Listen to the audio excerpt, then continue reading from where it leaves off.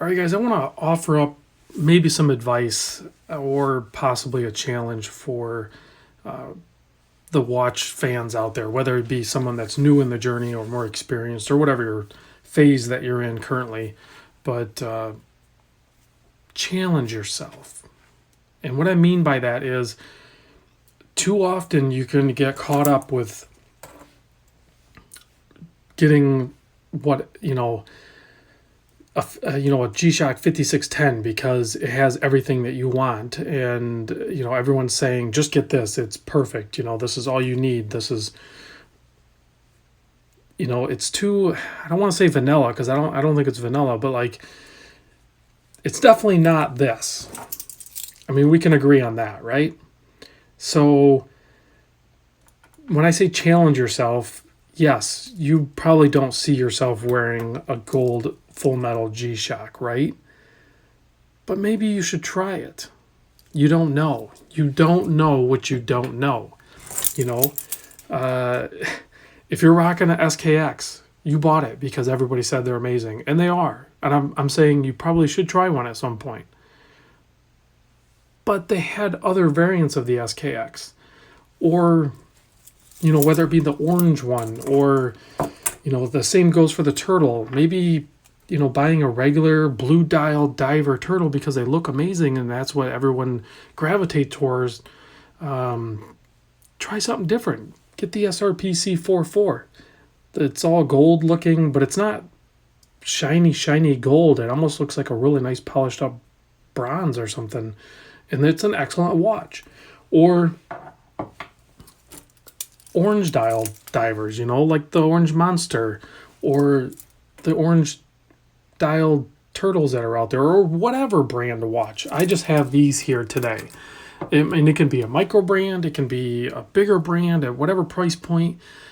I guess what I'm saying is, if you're looking at an Omega Seamaster and you're thinking you only choose from the black or the blue dial, there's other colors out there. There's other variations of it.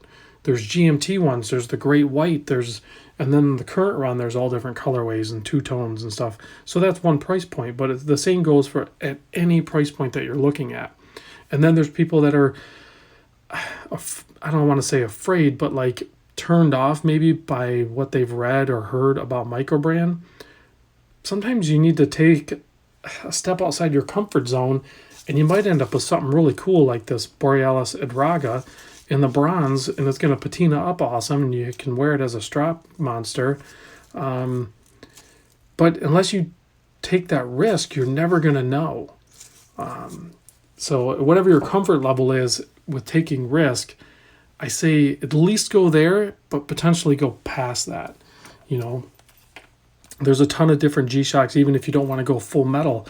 But there's red dial ones and orange dial ones and like funky stuff, I mean, you can go full funk like I did with the Zamba.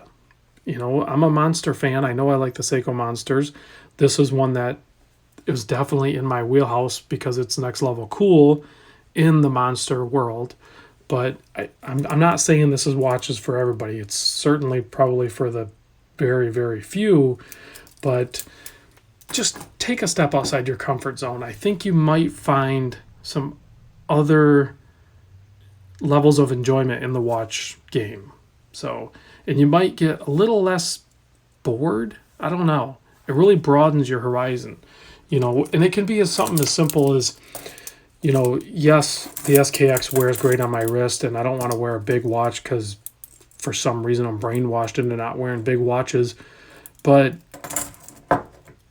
sometimes a bigger watch is really cool if it's done right. Like this here, this baby tuna or whatever we're calling it is much larger than the Seiko Monster. But I can tell you right now, the Monster is perfect on my wrist. I can toss this thing on my wrist, and it also feels perfect on wrist.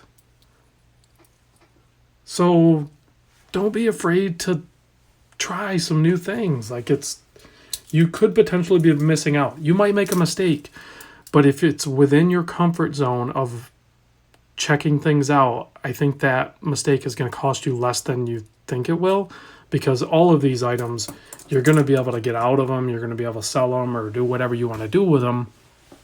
But at least you experienced it and were able to see if maybe something else appeals to you.